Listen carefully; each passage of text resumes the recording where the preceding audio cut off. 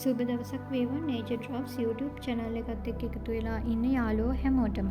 අද මම ඇවිත් ඉන්නේ කොළඹ නගරයේ පිහිටි ගංගාරාම රජමහා විහාරය නැරඹීමට. මෙම විහාරයේ සාමාන්‍ය විහාරස්ථානයක් විතරක් නෙවෙයි, භක්තිය, ඉතිහාසය, කලාව සහ දැනුම එකම පරිශ්‍රයක එකතු ජීවමාන ආධ්‍යාත්මික ස්ථානයක් ලෙසද හඳුන්වන්නට පුළුවන්.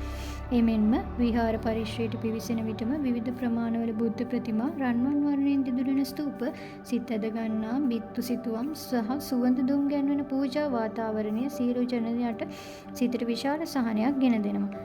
ශ්‍රී ලාංකික බෞද්ධ කලා රටාවන්ට අමතරව තායිලන්ත, චීන, ජපන් සහ ඉන්දියානු සංස්කෘතික ලක්ෂණද එකට මිශ්‍ර වෙලා තිබීම තවත් විශේෂත්වයක් වෙනවා. මෙම විහාරස්ථානය ජාත්‍යන්තර ආගමික සම්බන්ධතාවල සංකේතයක් ලෙසද අපිට හඳුන්වන්නට පුළුවන්. එමෙන්ම මෙම විහාරවල දැනුමට, සංස්කෘතියට විශාල දායකත්වයක් ලබා දෙන ස්ථානයක් ලෙසද ප්‍රසිද්ධ වෙලා තියෙනවා. පැරණි පුස්තකාල, බෞද්ධ කෞතුකාගාර, දුර්ලභ පුරාවස්තු, පුරා භාණ්ඩ සහ විවිධ රටවලින් ලැබුණු දානමය දේවල් සංරක්ෂණය කරලා තිබීම තවත් විශේෂතාවයක් වෙනවා.